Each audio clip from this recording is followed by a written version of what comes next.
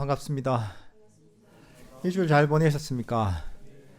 날이 좀 춥습니다. 그죠? 어, 부산은 이 정도가 제일 추운 날씨 같습니다. 그죠? 저 뭐 대구나 이런 데서 또는 북쪽에서 오신 분들은 날이 왜 이렇게 따뜻하나 이러시는데 그래도 뭐 이 추위가 가고 나면 이제 봄이 곧 올 것 같습니다.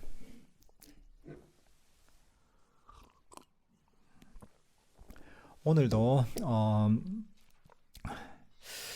아잔 브람스님의 법문집 사라짐의 기술을 가지고 법회를 진행을 하겠습니다. 먼저 읽으면서 법문을 하겠습니다. 염오심은 마음에서 새어나오는 것, 즉 번뇌를 멈추게 합니다.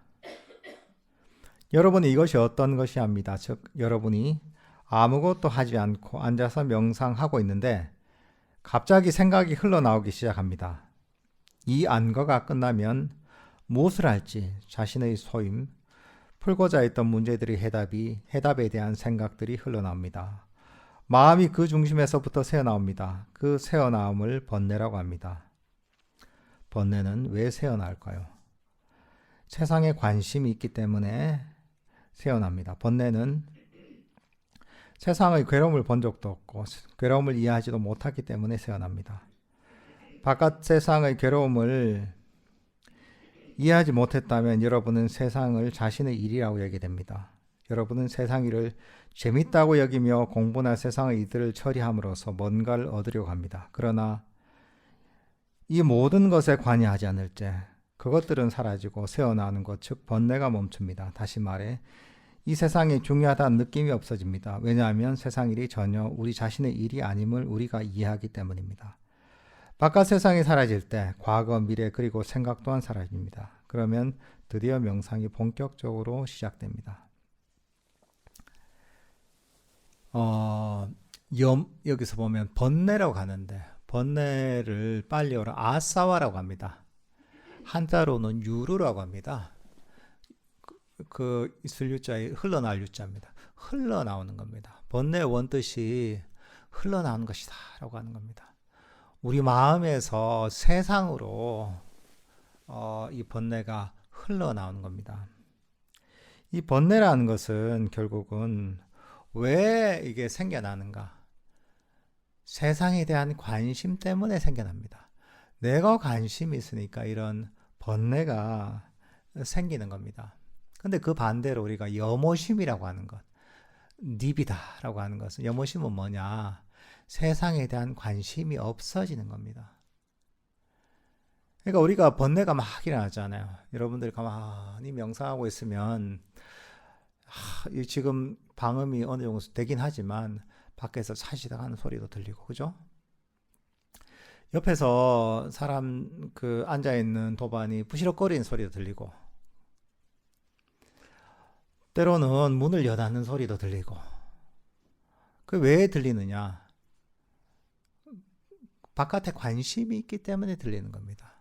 내가 밖에 소리를 내는 대상에 관심이 있기 때문에 그 관심이 결국은 내 마음에서 그런 번뇌를 일으키는 겁니다.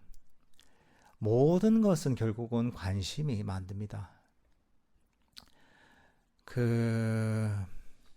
옛날에 보면 청소년들 관련된 그런 공익 캠페인 같은 게 있었잖아요. 말까 이제 자녀들에게 관심을 가집시다. 이런 얘기 했잖아요, 그죠? 관심을 안 가지니까 애들이 집을 나가는 거죠. 무관심에 방치되고 나니까 애들이 사라지는 겁니다. 근데 관심을 가지다 보면 사람도 마찬가지입니다. 자녀도 관심을 가졌을 때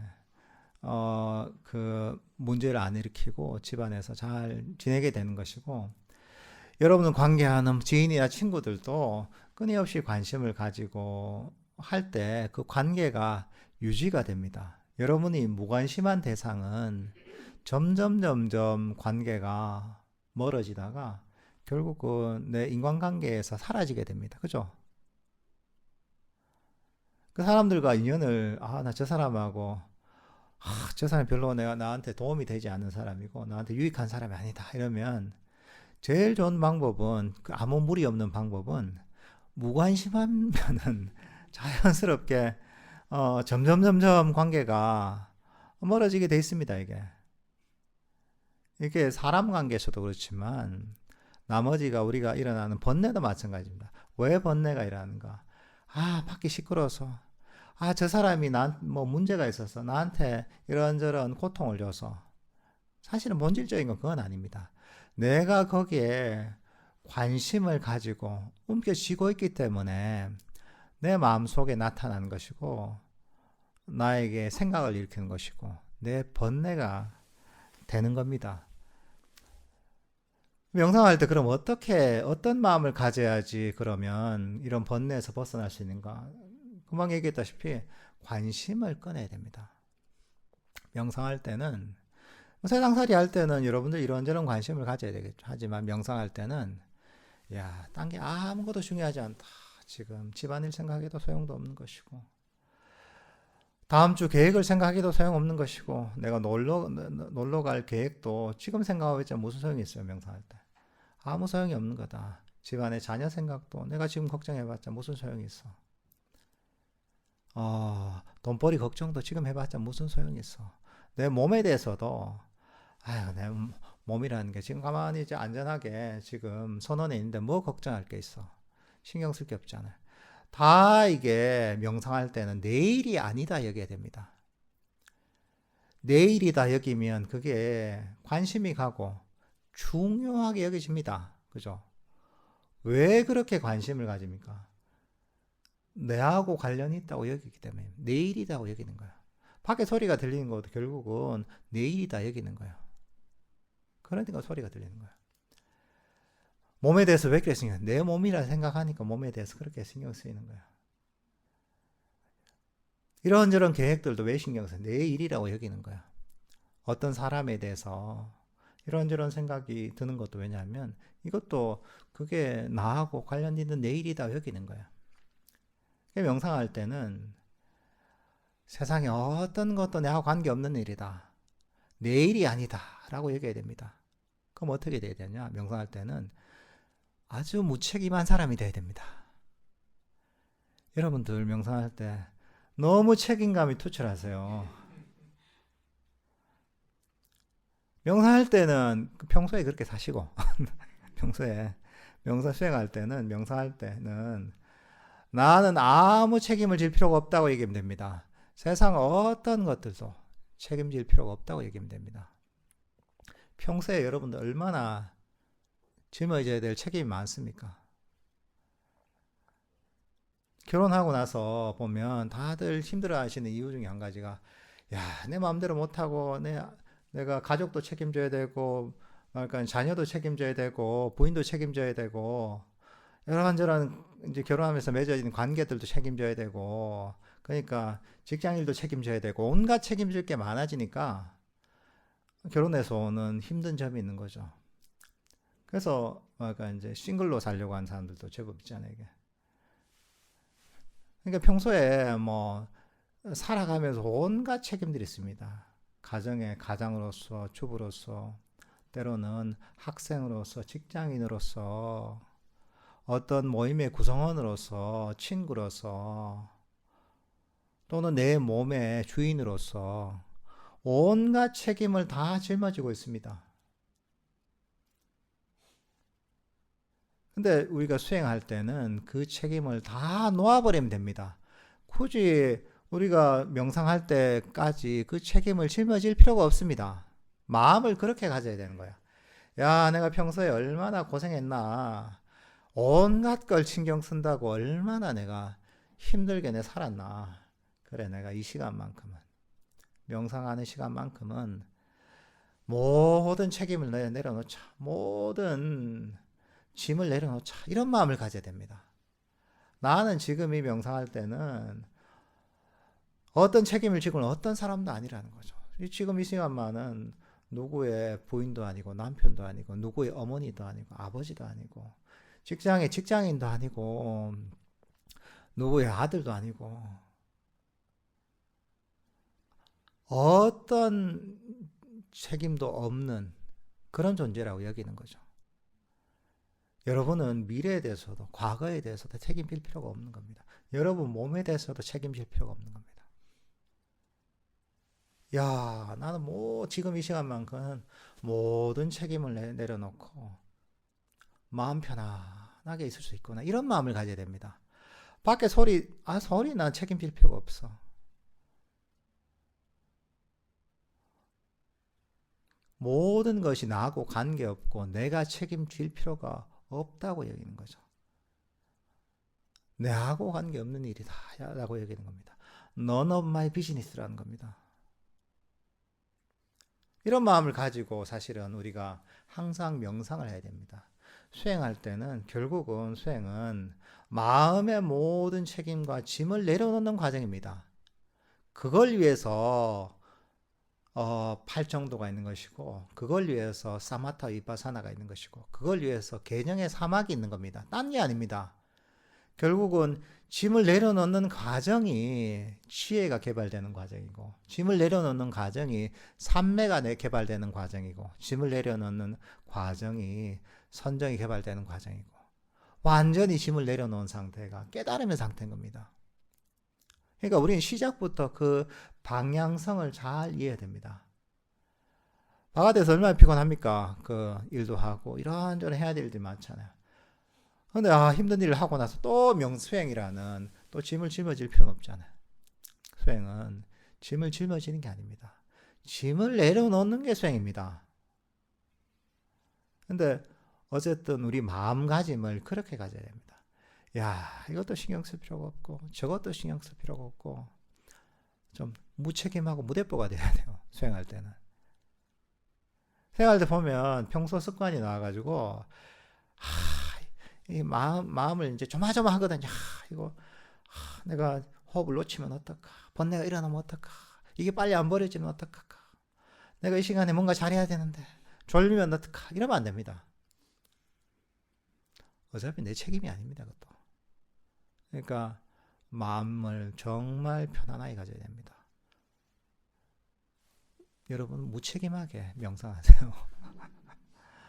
아무런 책임을 질 필요가 없습니다. 그러니까 수행할 때만큼은 진짜 무책임한 사람이 되십시오.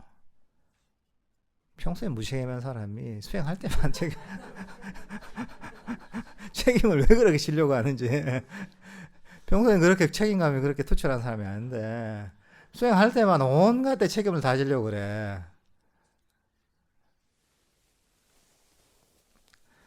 그러니까 어떻게 보면 그런 마음의 짐을 내려놓고 책임감을 내려놓고 이게 내게 아니다 여기는 게 어떻게 보면 염오심을 개발하는 겁니다. 야, 이게 내가 관계없는 일이야. 염오심이 싫어하는 게 아닙니다. 내가 관계없는 일이라고 여기는 겁니다. 내가 관계없는 일이라고 그걸 싫어하는 건 아니잖아요. 염오심이 보면 여기서 표현하는 게 잘못 우리나라 뉘앙스는 보면 뭐 싫어한다는 이런 뉘앙스를 갖기 쉬운데 사실은 그런 건 아닙니다. 그냥 내 일이 아니니까 관심을 가지지 않는 겁니다. 굳이 내가 관심을 갖지 않고 굳이 내가 그 짐을 짊어질 필요가 없는데 내가 왜 그 관심을 가지는 내 일이 아닌데 그렇잖아요. 그런 마음을 가지는 겁니다. 나하고 관계없는 일이다. 그럼 어떻게 되냐? 우리가 관심을 안 가지면 어떻게 되냐? 내 일이 아니다고 여기면 사라집니다. 여러분들 내가 관계없는 일이 있잖아요. 거기에는 관심이 별로 없습니다. 지금 저 러시아 우크라이나 전쟁이 벌어져서 사람이 그렇게 많이 죽잖아요.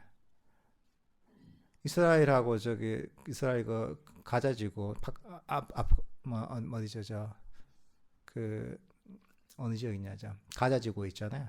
거기에서 사람이 얼마나 많이 죽었습니까? 그 뉴스로 보지만 어떻습니까? 그게 여러분 머릿속에서 오래 유지가 됩니까? 엄청나게 정말 그 심각한 그런 일종의 전쟁과 학살이 벌어져도 그럼에도 불구하고 그게 여러분 일이 아니니까 잠시 아이고 전쟁이 빨리 끝나야지 아이고 사람들 안 됐다 이런 마음은 들지만 오래 가지 않습니다. 왜? 내 일이 아니거든. 그런 겁니다. 내 일이 아니다고 여기면 사라집니다. 요모심을 가지면 모든 번뇌가 사라집니다. 번뇌라는 게 흘러나온 거라 했잖아요. 아사와 흘러나온다는 겁니다.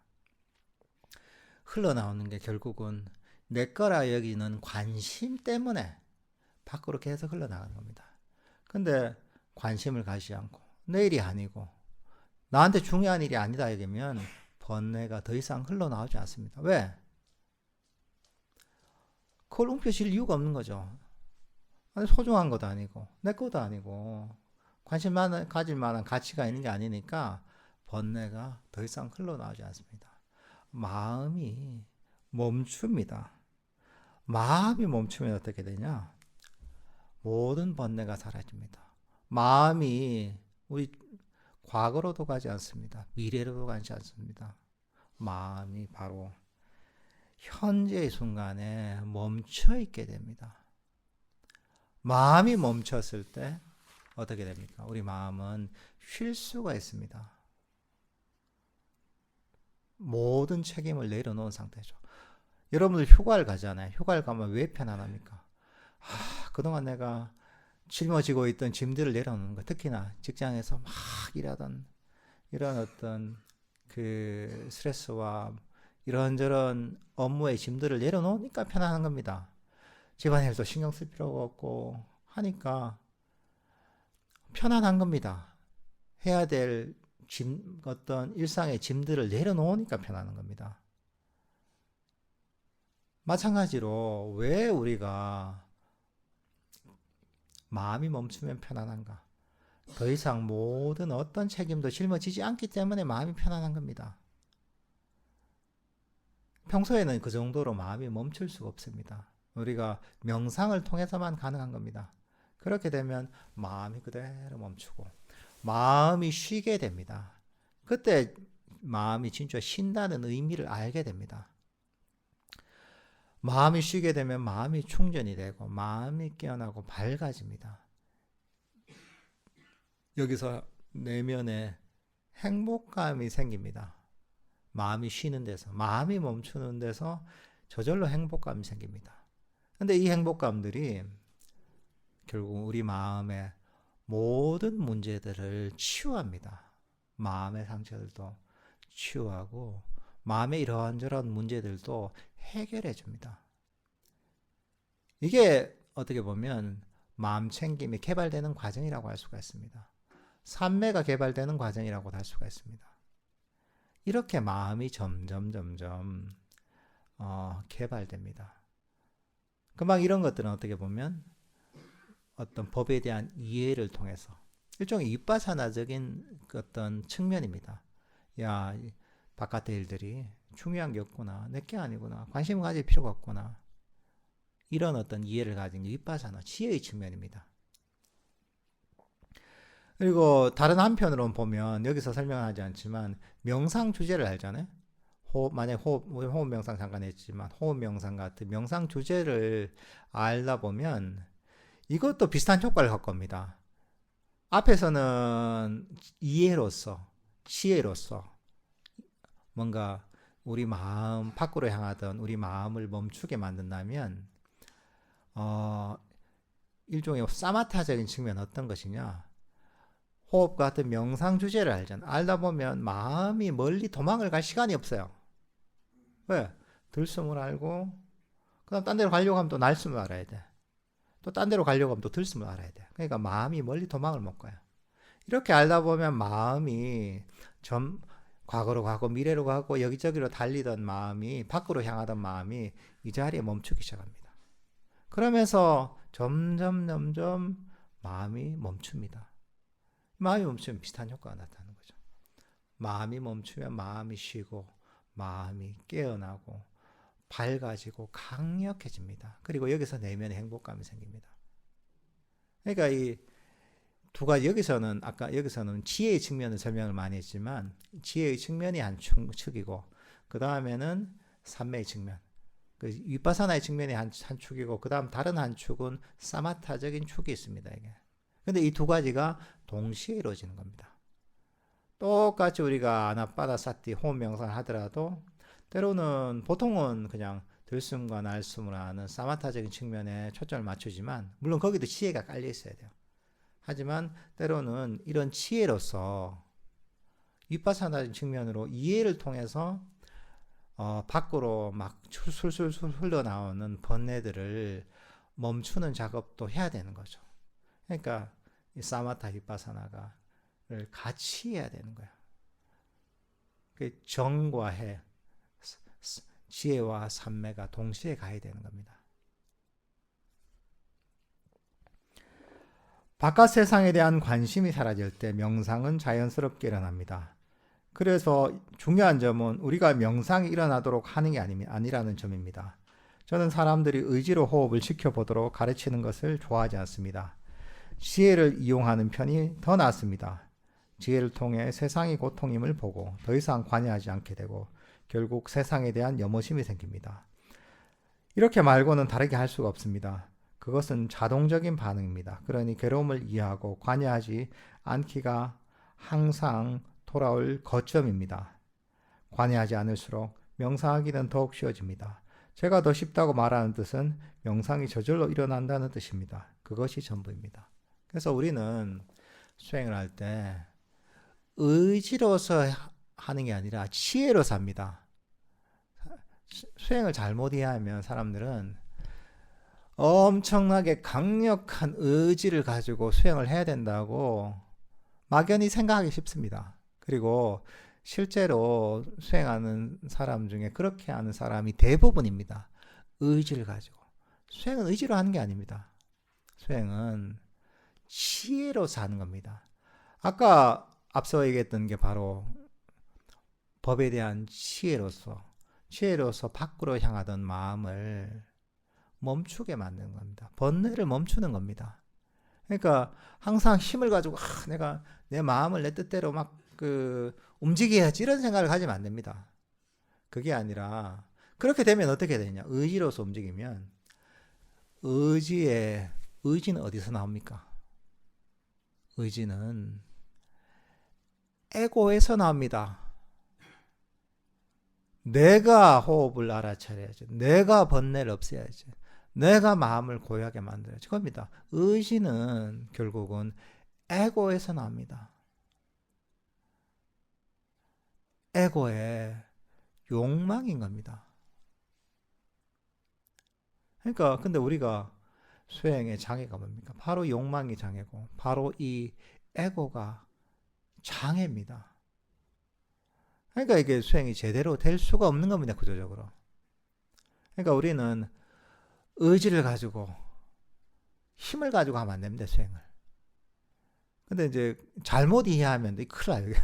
잘못 이해하면 의지를 활용하면 안 되니까 수행하기 싫은데 그냥 하지 말자. 수행할 마음이 안 드는데 하지 말자. TV 보고 싶은데 그냥 보자. 이제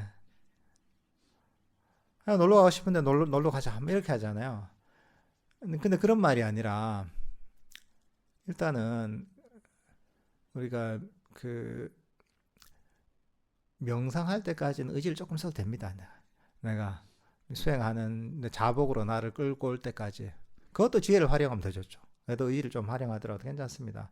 내가 수행하러 하는 때까지는 의지를 좀 써도 괜찮습니다. 안 그러면 지혜로서 잘 가르쳐도 좋죠. 근데 수행을 할 때는 사실은 내가 힘을 가지고 한다는 의지를 가지고 한다는 생각을 버려야 됩니다. 힘이 더 갈 수 있거든. 내가 좌탄할 때 잘해봐야지 할 때 이러면 안 되지. 이게 의지를 가지고 하는 거야. 힘을 쭉 빼고 릴렉스하고 그 다음에 가르쳐야 되는 거죠. 내가 지금 욕심을 버리는 거지. 그래, 편안한 마음을 가지고 명상을 하자. 그래, 마음의 짐을 아까 얘기했다시피 모두 내놓고 편안하게 지금 휴식하듯이 명상을 해보자. 이렇게 자꾸 가르치는 거죠. 의지가 아니라 지혜로서 우리는 수행을 이끌어 가야 됩니다.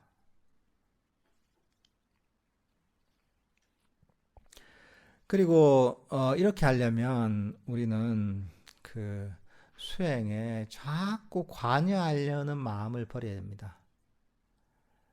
최대한 관여하는 마음을 버려야 됩니다. 물론 명상을 할 때 정확하게 그 방향을 알아야 되겠죠. 하지만 계속 관여하다 보면 수행이 안 됩니다. 이게 참 처음에 힘든 겁니다. 명상을 하다 보면 만약 호흡 명상을 한다 이럴 때 끊임없이 관여합니다. 호흡이 조금 얕은 것 같아. 좀 깊이 해야지. 호흡이 긴 것 같아. 짧게 해야지. 호흡을 잘 못 알아차리는 것 같아. 더 자세하게 알아차려야지. 끊임없이 호흡을 통제하려고 하고 호흡을 판단하려고 하고 내 뜻대로 조정하려고 합니다. 근데 그게 뭐냐? 그거 어디서 나오냐? 전부 의지에서 나오는 겁니다. 내가 이렇게 움직여, 저렇게 움직여 잔단 말이죠. 그러다 보면 명상이 발전을 하기 힘듭니다. 이건 어떤 거하고 비슷하냐? 운동에 비유하면 굉장히 이해하기 쉽습니다. 여러분들 만약에 뭐 탁구를 처음에 배운다 하잖아요. 그러면 처음에 배울 때 어떻습니까? 처음에 배울 때는 기술을 배우죠, 그죠? 라켓 잡는 법부터 해가지고 그다음 무슨 뭐 커트하는 방법, 뭐 드라이브를 치는 방법, 스매싱을 뭐 치는 방법, 그다음 뭐 서브를 넣는 방법, 스핀을 주는 방법, 뭐 여러 가지 배우잖아요, 그죠? 처음에는 자세하게 생각을 해야 됩니다. 라켓을 손 이렇게 잡아야지, 뭐 또는 커트를 할 때 이 각도를 이렇게 해서 손목을 이렇게 움직여야지. 드라이브를 할 때는 손을 이렇게 해서 이렇게 이제 그 뭐 공의 위쪽을 때려야지. 또는 스매싱 할 때는 이렇게 해야지. 처음에는 생각을 하잖아요, 그죠? 생각을 하고 하면서 이제 이렇게 해야지 하면서 처음에 이제 그 기술을 익히죠. 하지만 조금 기술을 익혀서 하다 보면 어느 단계까지 가느냐? 그 다음에는 감으로 하잖아요, 그죠? 생각하지 않잖아요. 이렇게 하는 거는 이렇게 하면 되겠네. 감으로 하잖아요. 그때부터 생각이 빠져버려요. 그죠? 그러다가 뭔가 실수했을 때 한 번 더 생각해 보는 거죠. 이렇게 해야지 하고 또 감으로 또 하는 거죠. 결국은 탁구가 점점 실력이 향상되고 하다 보면 기술이 익혀지다 보면 나중에 어떻게 됩니까? 생각을 별로 안 하게 됩니다.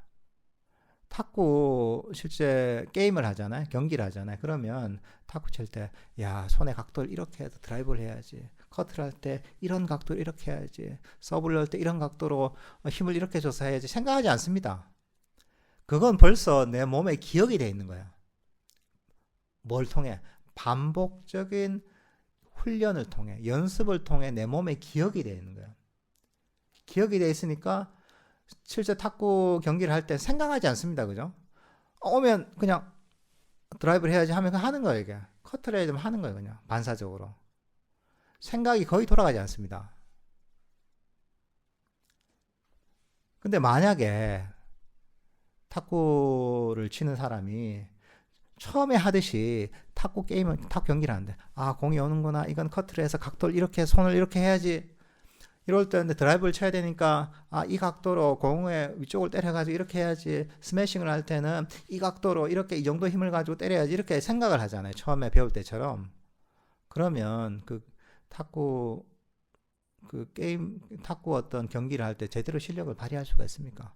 할 수가 없습니다. 그죠?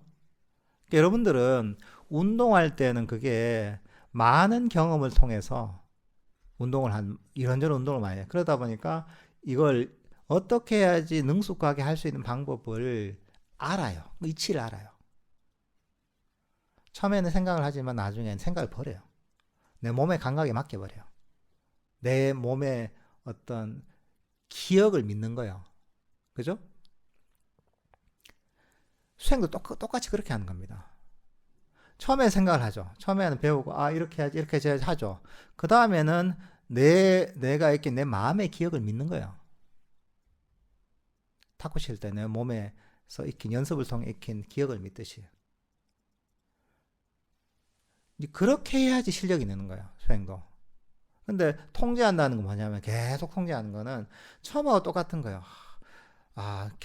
탁구 친 지가 오래됐는데도 처음 탁구 기술을 배우듯이 스매싱은 이런 각도로 이런 힘을 줘가지고 이렇게 해야지, 드라이브는 이렇게 해야지, 커트는 이렇게 해야지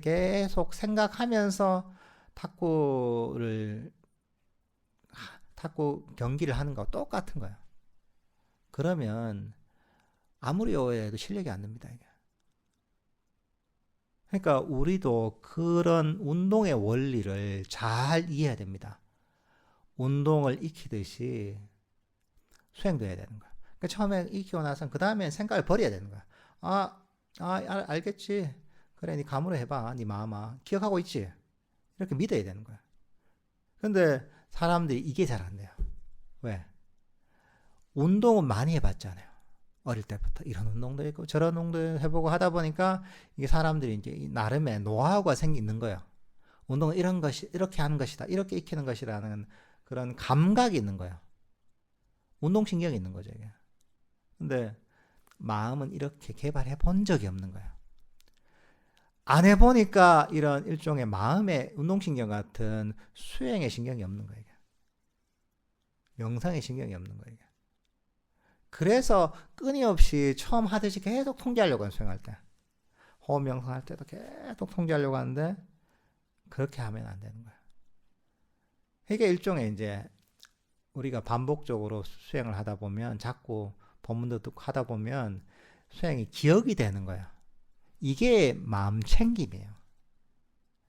마음 챙김. 사띠의 원래 어원은 기억이라는 뜻입니다. 무엇을 기억하는가? 바로 배운 수행의 방법을 기억하는 거예요. 수행의 원리를 기억하는 거예요. 아까 얘기했던 앞서 있잖아요. 뭐 none of my business라고 얘기하면서 이게 중요하지 않고 관여하지 않는다는 그런 마음의 어떤 태도, 마음의 기술을 기억하고 있는 거예요, 이게. 기억하고 있으니까 그때부터 이렇게 해야지, 이렇게 해야지 할 필요가 없는 거예요, 이게. 자기의 기억을 믿는 거예요, 이게. 이게 마음 챙김을 활용하는 거예요, 이게. 그러니까 우리가 유도 명상할 때도 막 이런저런 뭐 과거도 버리고 미래도 버리고 쭉 하잖아요. 그건 뭐냐면 다시 한번 기억시키는 거예요. 다시 한번 기억시켜서 그 다음에 어떻게 해야 돼요? 다 끝나고 나서는 유도 멘탈 끝나고 나서는 알아서 해봐라. 다 잘 들었지 하고 내버려둬야 되는 거예요. 그렇지만 우리가 운동할 때도 보면 내가 그냥 기억을 맡기지만 그래도 내가 그 상황을 다 알고 있잖아요. 이게 운동할 때도 생각은 하지 않아도 알고는 있잖아요. 그죠? 공이 오지만 생각하지 않지만 알고 있잖아요. 딱 그런 상태예요. 우리가 호흡 명상 같은 걸 할 때, 명상을 할 때, 호흡을 있지만 내가 생각은 하지 않지만 알고 있는 거예요, 그 상태를. 운동할 때처럼. 그리고 나서 그럼 어떻습니까? 반사적으로 내가 탁구 칠 때 반응을 하잖아요. 그것처럼 마음도 똑같이 그렇게 반응을 하는 거예요. 물론 이제 때로는 뭐 운동할 때도 실수할 때 있잖아요. 그럴 때 그 다음 한번 생각을 해보는, 그걸 생각을 해보는 거죠. 그때는 이렇게 접근하면 안 됐는데, 그때 한번 생각을 하잖아요. 그죠? 이렇게 쉬면 안 됐는데, 똑같은 거예요. 수행할 때도 뭔가 실수를 할 때가 있잖아요. 그럴 때, 이렇게 하면 안 되지. 다시 한번 가르치는 거죠. 그리고는 또 자기 마음에 맡기는 거예요. 그러니까 수행은 이런 방향으로 개발해야 됩니다. 운동에 능숙해져서 나중에는 생각을 하지 않아도 자연스럽게 반응하듯이 우리 수행을 하는 것도 그런 방향으로 개발해. 그게 마음 챙김을 활용하는 방법이에요. 그렇게 해야지 수행이 자연스럽게 발전하는 겁니다. 생각이 많이 들어가면 수행이 발전할 수가 없습니다. 결국 수행의 과정은 한편으로 보면 생각을 멈추는 과정이기도 합니다. 필요한 생각은 하지만 수행할 때 대부분의 시간은 생각을 멈추는 상태예요. 그리고 우리가 아까 앞서 지혜의 측면도 있잖아요. 이게 내일이 아니고 중요하지 않고, 이건 뭐냐면 이런 지혜를 통해서 나중엔 생각을 멈추기 위해서 이런 반조를 하는 거예요.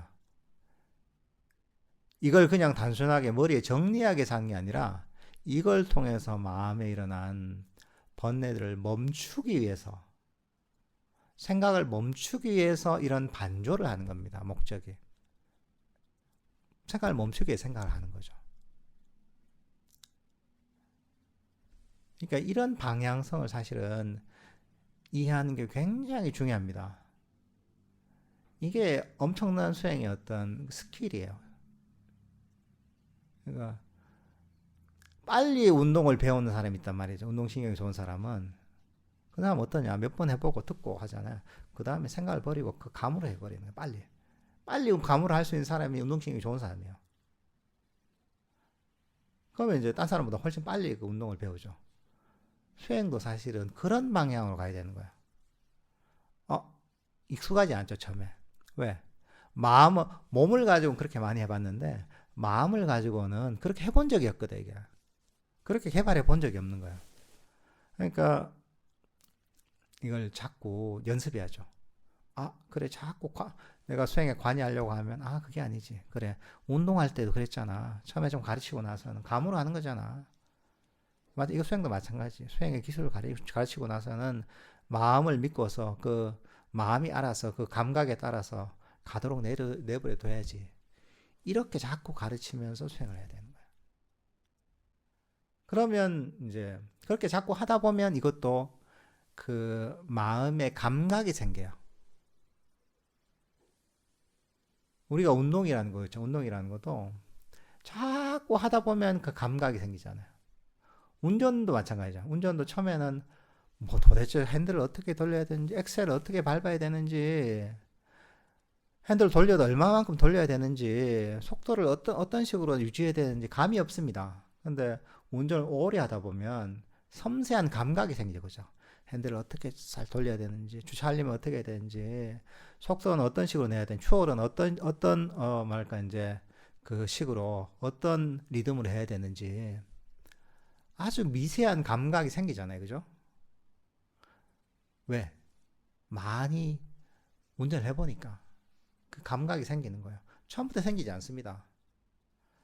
마음도 똑같습니다. 수행을 하는 것도 자꾸 이렇게 개발하다 보면 그 감각이 생겨요. 미세한 감각이 생겨요. 이걸 정확하게 어떻게 마음을 다뤄야 되는지, 차를 다루듯이 그 감각이 생깁니다. 그러니까 꾸준하게 그렇게 하다 보면 그런 감각이 개발되고, 그러면 수행에 능숙해지고 마음이 많이 개발되는 거죠.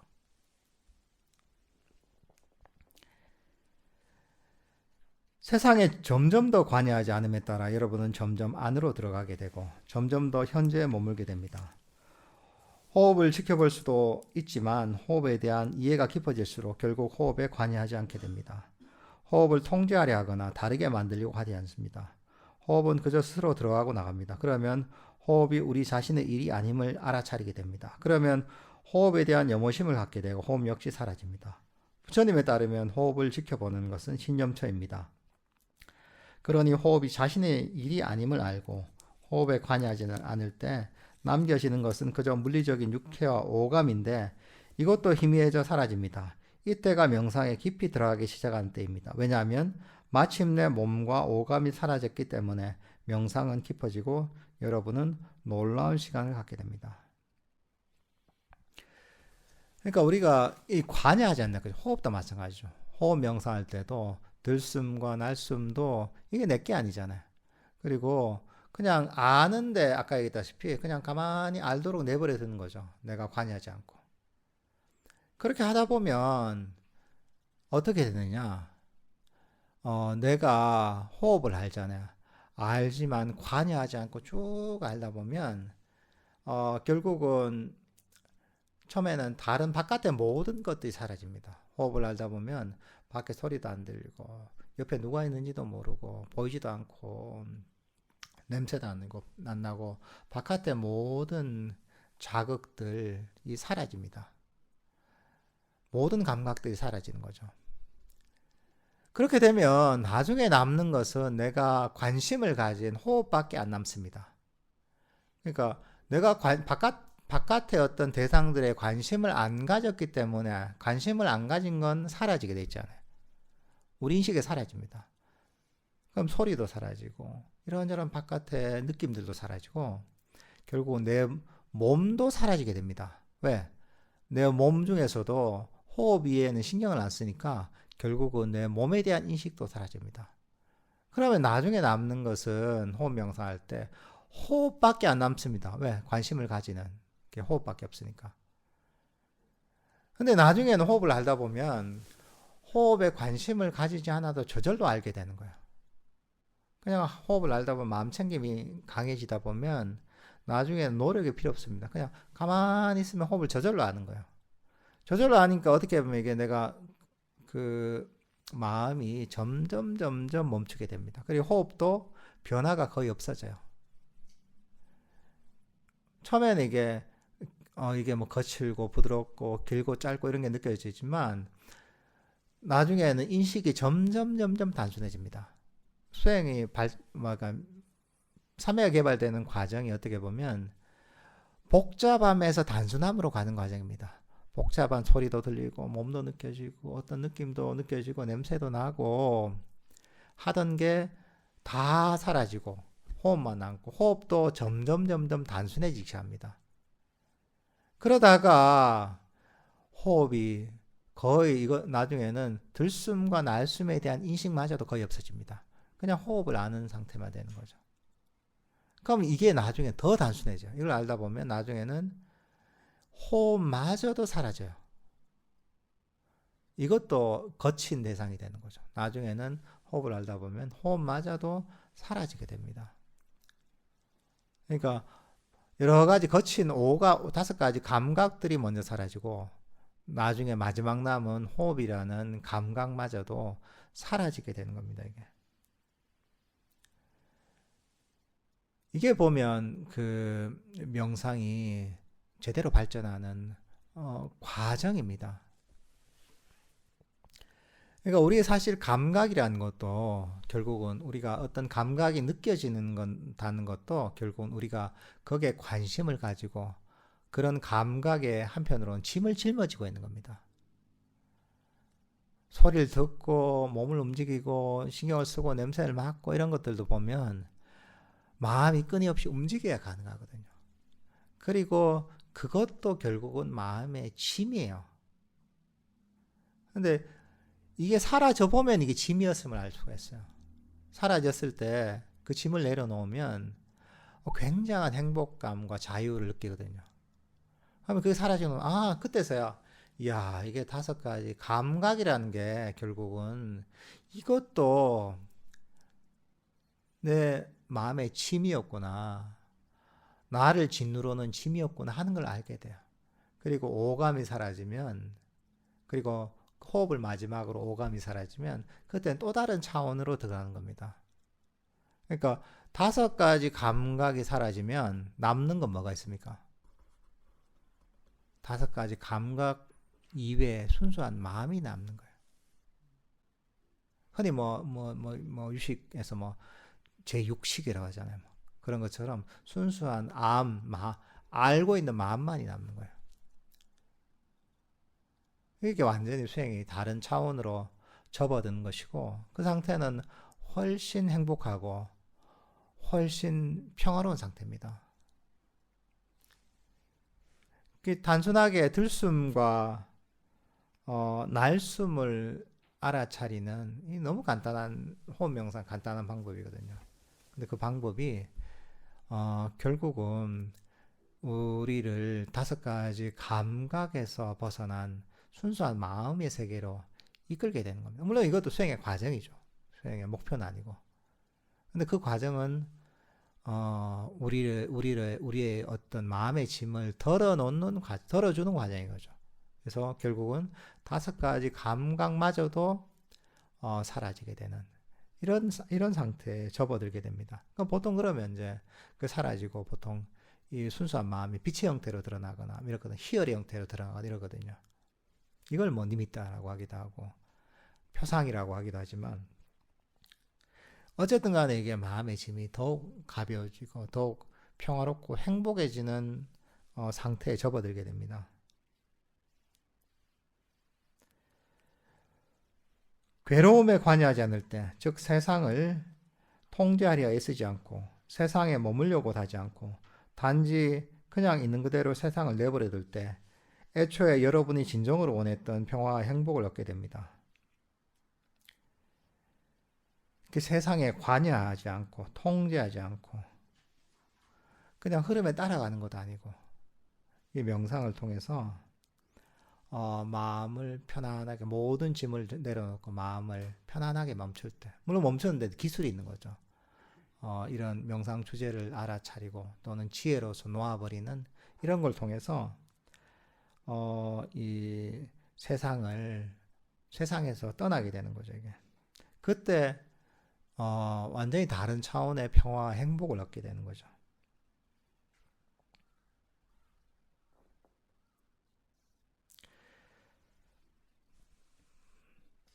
이렇게 하면 여러분은 그 모든 것이 다 애초에 단지 괴로움이었다는 사실을 완전히 이해할 수 있게 되었습니다. 오감이 괴로움이고 이 세상도 괴로움입니다. 말도 생각도 괴로움입니다. 절도 괴로움이고 피도 괴로움입니다. 공부도 괴로움이고 우리가 무엇을 하든 그것은 괴로움입니다. 음식도 괴로움이고 모든 것이 괴로움입니다. 관여하지 않고서 말아도 침범할 수 없는 그곳이 내면으로 들어가면 괴로움으로부터 아름다운 해방이 있습니다. 이것이 선정이라고 하는 깊은 명상으로 들어가는 방법입니다. 즉 여러분은 세상에 관여하지 않습니다. 즉 그리고 선정에도 관여하지 않습니다. 여러분이 생각에 세상에 몸에 관여하지 않을 때 선정은 그냥 저절로 일어납니다. 그것은 또 다른 자동적 반응입니다. 이 모든 것들에 대해 여러분이 관여할 바가 아님을 이해할 때 염호심이 저절로 일어납니다. 우리가 수행을 하면서 사실은 우리가 평소에 괴로움에 대해서 잘 알고 있다고 생각합니다. 요즘 얼마나 세상이 괴롭고 내 사는 게 쉽지 않은데 내만큼 세상에 쓴맛을 본 사람이 어디 있다고. 부처님, 나도 만만치 않습니다. 괴로움에 대한 이해는. 내 몸으로 느낀 게 얼마나 많아. 이렇게 벌써 생각할 수도 있습니다. 하지만 부처님께 얘기하신 괴로움의 차원은 그것을 넘어섭니다. 이거는 단순한 경험과 보통 일상에서 경험하는 그런 경험과 이해로는 접근 불가능하겠습니다. 물론 많은 부분은 우리가 경험할 수 있는 경험이고 경험할 수 있는 것이고 또 머리로 생각하면 이해할 수 있는 괴로움들이 있죠. 하지만 그렇지 못한 것도 있습니다. 이것은 수행을 통해서 완전히 다른 차원의 경험을 했을 때만 알 수 있는 괴로움도 있습니다. 그건 어떻게 돼? 비교를 통해서 하는 거예요. 우리가 아까 얘기했잖아요. 5가지 감각에서 보통 사람은 벗어날 수가 없습니다. 항상 오감의 세계에 삽니다. 근데 수행을 통해 거기서 벗어나 보면 그때서야 야, 이게 괴로움이었구나. 이게 마음의 짐이었구나. 이게 나를 짓누르고 있었구나. 이걸 처음으로 알게 되는 거예요. 올챙이가 물속에만 있을 때는 물밖에 어떤 세상인지 상상도 하지 못합니다. 깨구리가 돼서 물 밖으로 나와야지. 이야, 이 물속과는 완전히 다른 세상이 있구나. 라는 걸 알 수 있듯이 우리도 수행자도 수행을 통해서 그런 경험을 했을 때 야, 이런 세상이 있구나. 사실은 내가 행복이라고 했던 것이 괴로움이구나. 내가 재밌게 봤던 영화나 이런 것들이 사실은 괴로움이었구나. 말을 하는 것도 괴로움이구나. 움직이는 것 자체도 괴로움이구나. 공부도 괴로움이구나. 어떻게 보면 일체의 마음의 움직임이 괴로움임을 알 수가 있습니다. 왜? 그게 비교에서 하는 거야. 야, 이거보다 이것을 완전히 벗어났을 때, 마음이 오감에서 벗어나서 완전히 멈췄을 때, 이때는 이 훨씬 더 행복하고 훨씬 더 자유로움을 느낀단 말이죠. 비교할 수 없는 평화를 느낀단 말이죠. 그때 야, 사실은 내가 평화라고 했던 것이, 사실은 내가 아름다움이라고 했던 것이, 내가 행복이라고 느꼈던 것이 비교해 보면 그게 괴로움이구나 하는 걸 아는 거죠. 특히나 선정 같은 감각, 5가지 감각이 완전히 사라진 상태는 엄청난 희열과 법열이 있는 상태거든요. 근데 그런 상태와 비교해 보면 나머지가 결국은 괴로움이구나 이런 걸 알게 된다는 거죠. 부처님 당시에 사촌이 그 마나마 알 거야 아마 마나마 존재가 있었는데 그분이 그 당시에 이제 부처님이 성도하시고 난 뒤에 그 고향을 방문했을 때 그런 같은 석가족의 친척들을 많이 출가시켰어요. 근데 마나마 존자는 그때 아마 부처님이 뭐 탁발을 끝내고 바루를 이제 들라고 해서 옆에 줬어요. 주고서 이제 당신이 쭉 이제 나머지 그 수행처로 돌아오시는데 바로를 다시 안 맞는 거예요, 그냥. 그러니까 옆에서 계속 따라간 거죠, 마나마존자는. 그러다 절까지 와서 이제 그냥 어떻게 하다 보니까 출가를 하게 된 거예요, 이게. 분위기에 휩쓸려서 이제. 근데 당시에 본인이 결혼한 지 얼마 안 됐거든요. 아주 달콤한 신혼 시절이에요, 이게. 그리고 부인도 되게 예뻤나 봐요. 출가하고 나서 부인 너무 예쁘고 이제 생각이 나잖아요. 결혼한 지 얼마 안 됐으니까. 그래서 항상 이제 막 그리워하는 거예요, 이게. 나 빨리 부인 만나러 가야 되는데 이렇게 있었단 말이죠. 근데 부처님 그걸 아시고 이제 이걸 좀 해결해 줘야겠다 했는데 어떻게 했냐면 그 친통으로 이제 천상에 있는 천녀들을 보여준 거예요. 이제 깨달으면 다 천녀들이 다 네 부인이 될 수 있다. 이렇게 얘기해 준 거예요. 그러니까 천녀 보니까 거기에 비하면 천상의 그런 존재들은 비교가 안 되거든, 인간하고. 그 아름다움이나 이런 게. 야, 우리 부인은 정말 못생겼구나, 이게. 비교할 바가 아니구나. 이러고 나서 이제 처녀들을 얻을 그 목표를 가지고 열심히 이제 수행을 시작했는데, 처음에는 그렇게 했지만 이제 법을 듣고 수행을 하다 보니까 이제 나중에는 그 법에 대한 이해가 생기게 됐거든. 처음엔 잘 몰랐지만 그러면서 제대로 수행해서 나중에는 아라한이 되셨는데, 그러니까 모든 게 그렇습니다. 모든 게 절대적인 행복이라는 건 절대적인 기준이 있는 게 아닙니다. 평화라는 것도 절대적인 기준이 있는 게 아닙니다. 상대적인 겁니다. 그것도 우리가 경험한 행복이라는 것도 그보다 더 큰 행복을 경험하면 이건 괴로움을 알 수 있는 겁니다. 특히나 수행을 통해 경험하는 평안의 행복들, 깊은 평안의 행복들은 보통 우리가 경험하는 평안의 행복과 완전히 다르거든요. 그러니까 그런 걸 이제 좀 제대로 경험하게 되면 세속생활 하기 힘들죠. 세속생활 하더라도 수행에서 벗어날 수가 없는 거죠. 왜? 더 좋은 걸 알고 더 훨씬 더 대단한 행복과 평화가 있다는 걸 내가 알잖아요. 그러니까 나머지가 좀 시시하게 여겨질 수밖에 없는 거예요, 이게. 어떻게 보면 그렇게 돼서 어떻게 보면 수행에 우리가 중독이 되는 겁니다. 좋은 중독이죠. 깨달음에 이르는 중독이 되는 거죠, 이게.